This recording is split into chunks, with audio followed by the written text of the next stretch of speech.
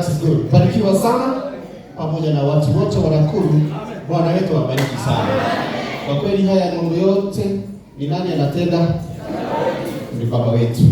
Basi yeye sifa mtukufu ni za nani? Na hivyo ndivyo ametuita tuwe watu ambao tunakaa.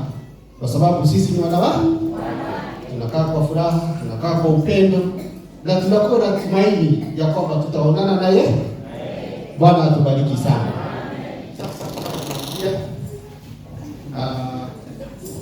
Tunapomalizia basi nitamwalika Doris. Najua kuna kitu ama kuna jambo anaweza sema kwa kanisa na pia ya CBD pamoja na kanisa ya Nakuru, naye Mama Mbogwa ataweza pia kujitayarisha, naye pastor atamaliza kwa blessings. Na hili sasa tukue na worship, tufunge, tukimaliza ni kujuana huku nje, si ndio? Asante. Karibu sana Doris, tu appreciate unapokuja.